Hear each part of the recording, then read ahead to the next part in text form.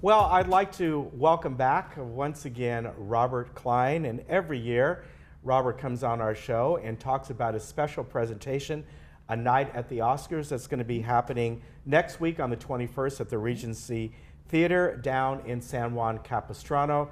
Robert, welcome back. Nice to see both of you. And for those of you who have may not seen Robert on our show before, he has an extremely rich history in the world of Hollywood, heading up Fox. You teach emeritus classes. It's just amazing, the history that you have. I created Lifetime Network. Yeah, that's right. I was partners with Gloria on air, Gloria Steinem, Helen Gurley Brown, etc. Yeah, quite an achievement. And every year, you go down to the Regency Theater in San Juan, and you present A Night at the Oscars, and you go over the different films, the different actors and categories, and talk about each one. I know you just told us you're busy reviewing some of these films, right? Yes, one obviously being the host of it.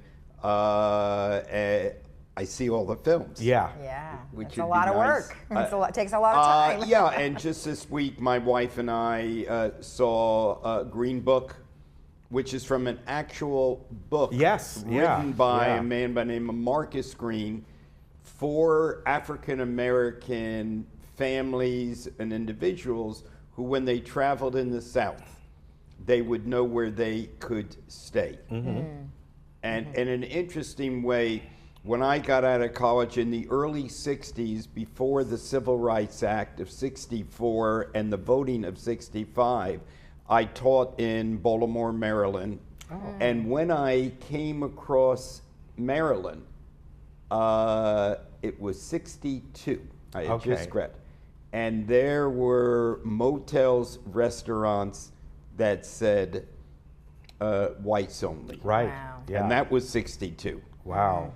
So when did you get out to Hollywood and become a part of Fox? In an interesting way, I left being the head football coach at this Quaker school, not because I didn't like it, I loved it, but I thought my dreams could best be fulfilled in the entertainment business. Okay. And my father went to Rutgers University, and a friend of his was David Sonny Werblin, who owned the New York Jets, Joe Namath, Broadway Joe. Wow. And he went to Rutgers, and he got me an interview at MCA Universal. And he says, "You're going in the mailroom," which is like going to Harvard and getting your MBA. Yeah. And I'm delivering the mail one day at MCA at the New York office at 598 Madison Avenue. And the founder of MCA Universal, Dr. Jules Stein. You ever go to UCLA and see the Stein? Well, I know who that is, yes. Okay. He comes out of his office and says, "Young man, come in here, I want to talk to you." And I immediately say, that's why he's the chairman of the biggest company in entertainment. Yeah. He can just see greatness. And he sits me down. He's not modest. Right? No. He was trying to slip that right in. A legend in my own mind, right? He reaches into his desk and takes out the little light that once an eye doctor, always an eye doctor, leans over me and says, "Just as I suspected, you have pink eye." What? He said, "You have to leave the office. When you're cleared, come in and see me. I'm going to name you the assistant to the man who runs the company, Lou Wasserman." Oh, well, yeah. And Wow. I became his assistant, then moved on from there and did in New York City 4 local shows that went out to syndication. One of which is a show that people I teach, not only at Emeritus, but historically, Firing Line, hosted by William F. Buckley Jr. Right, I remember that show. And you didn't have to be a conservative, as I was not, to appreciate it. It was conversation at the highest level. I did a entertainment show from Greenwich Village, Live from the Bitter End, where Peter, Paul, and Mary, Bill Cosby, Wow. all got their start, as did my first wife, who was the lead singer of the Serendipity Singers. I remember them. It was the third show, called Cosmopolitan, named after the magazine. And at that time, it was the magazine for women. Yeah. And it was hosted by Helen Gurley Brown, right, who became my lifetime friend. And her husband was David Brown, who was Daryl Zanuck's partner. And at dinner one night at the Plaza Hotel, David says to me, "How would you like to come to Fox and be head of production?" Oh my gosh. I immediately said yes before I knew what I was doing. And I then was executive vice president and did... So, 1968, is that what you said? 68 to almost 1979, 80. Okay, so you were there at the start of the Star Wars films, obviously. I was there in 1977 when Star Wars started and was nominated for Best Picture, along with two films that the studio heads, Gareth Wigan, was really proud of, called Turning Point, Anne Bancroft, Shirley, and Julia, Jane Fonda, Vanessa Redgrave. We spent more money at the Oscars that year on security to protect Vanessa Redgrave, because she had gone on 60 Minutes and talked about Israel being a neo-Nazi, etc. And yet, the Best Picture that year was Annie Hall. But I mean, what a place to be at that time, and seeing, really how this major film that people didn't think much of at the start. It was turned down. It was turned down by every major studio, and George Lucas went to Hawaii, the island of Kauai, and with Alan Ladd Jr., who headed film, and he pitched him on it, and they were close friends. He said, "As a favor to you, I'll do it." It was like $7 million. Wow. Now, the interesting thing, our head of legal was David Handelman, and he got a meeting with Sid Ganis, who went on to be president of Paramount, etc. And he said, "You guys are in pre-production on the sequel. Unfortunately, you don't have sequel rights," which is unheard of.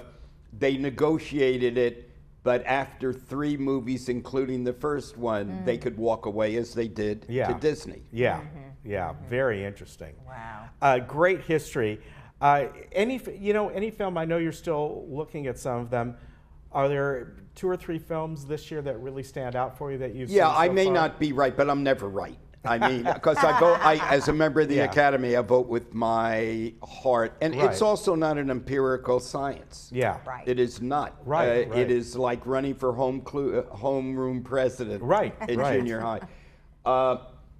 I thought when my wife Stephanie and I saw the first, when we first saw A Star Is Born, I loved it. I thought Lady Gaga exceeded my expectations. Wow. I was candidly unprepared for Roma. I know it's the front runner for Best Picture and may win. But I was unprepared that it was totally in Spanish. Oh, is it really? That's what I did not know that. Do they have subtitles?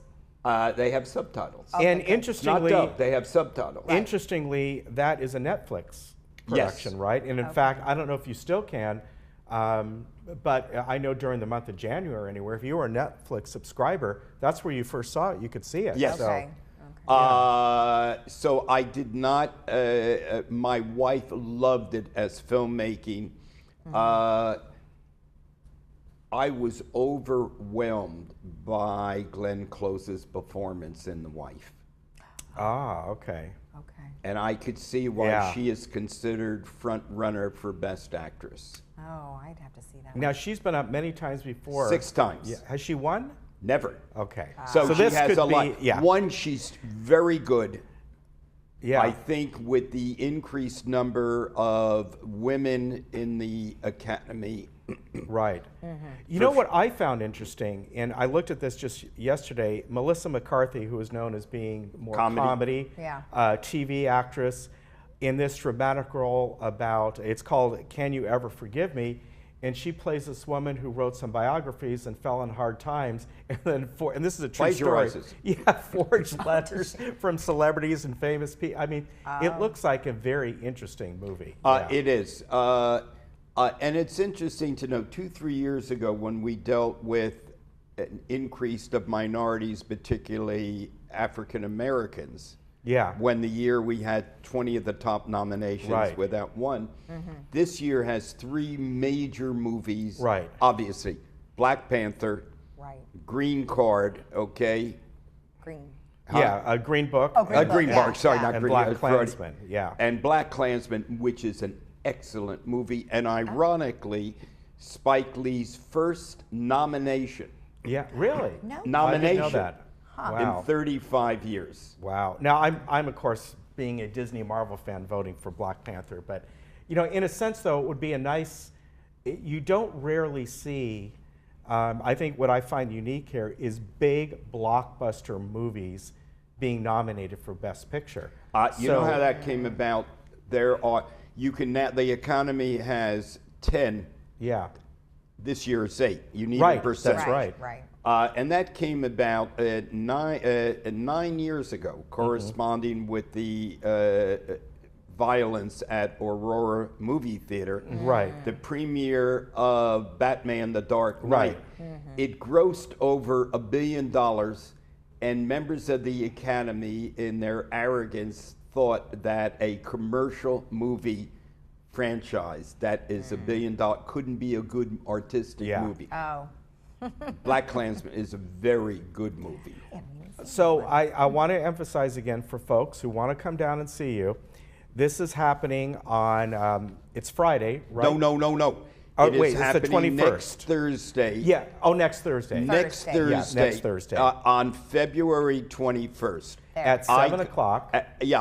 7 o'clock. But if they get there early, this Regency Theater has a restaurant upstairs That's right. called Rick's Place, named after Casablanca. So if folks want to go there early. It's a great theater. I Isn't love it a wonderful It theater? is nice. And you know, I wanted to also say that you welcome everybody, and then do you have a discussion Yes. about what's going on? The evening, everybody gets a ballot. Okay. They get a chance to mark it off. Those that get the highest be fun. percentage of correction, okay, will win prizes donated by my partners at Warner That Brothers. sounds fun. Okay. That'll be a lot of Oh, fun. that's great. And then we have a Q&A. And then people even say, you know something, I'm looking at my ballot for 8 films. My favorite movie of the year was not even nominated. And they have a right to interact. Okay. Yeah. Okay? That's great. How many people can actually come?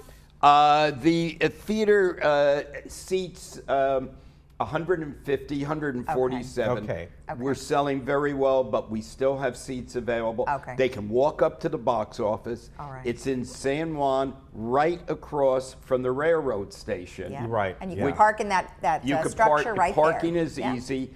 And it's that railroad station that, with a different location, was in the movie Rainman. Continuing. Oh, it was. Oh, Yes. gosh, that's great.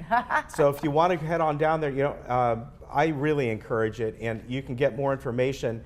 The best way you can get to the website is just go ahead and search Regency Theater San Juan Capistrano. It'll come up, and you scroll down. It'll say special events, and then you click on there. Right. And you get me. And you get you And get Bob. interesting enough, my wife and I have lived in San Juan as well as our home in Palm Springs for 16 years. We first did it at the library, and then Regency and Lyndon Golan, the owner, came to me and said, why don't you be in a more cinematic environment? Yeah.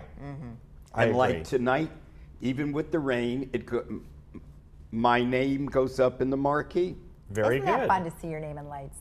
It's a when very. am I going to see my name in lights? I don't know. I don't well, know. Maybe one of these days. All All right. right.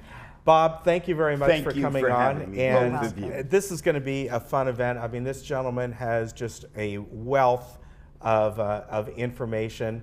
He's great to talk to. So again, this is on February 21st. It's 7 o'clock, San Juan Capistrano. Thursday night. Thursday night. All right. Yes, Thursday. Great to see you. And I'm looking at the time. We're going to be right back, and we'll give you a wrap up then. Thank you both. You're welcome. Thank you. Okay.